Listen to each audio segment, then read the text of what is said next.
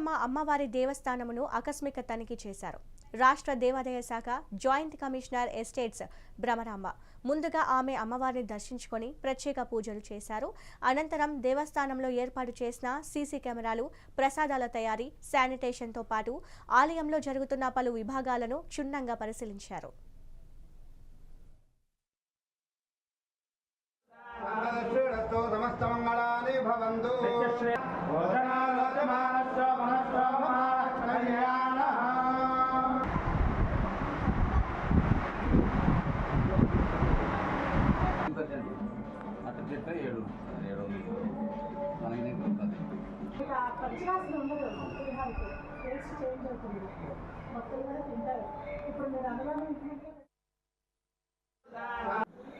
దేవాదాయ ధర్మాదాయ శాఖ మున్సిపల్ సెక్రటరీ వారు, కమిషనర్ వారు కూడా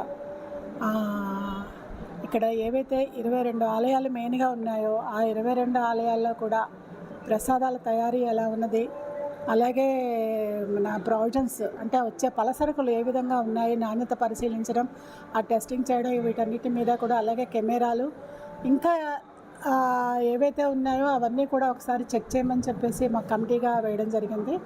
దాంట్లో భాగంగా ఈ రోజున నేను శ్రీ తిరుపతమ్మ అమ్మవారి దేవస్థానం పెనుగంచిప్రోలు వచ్చాను ఇన్స్పెక్షన్ చేయడానికి.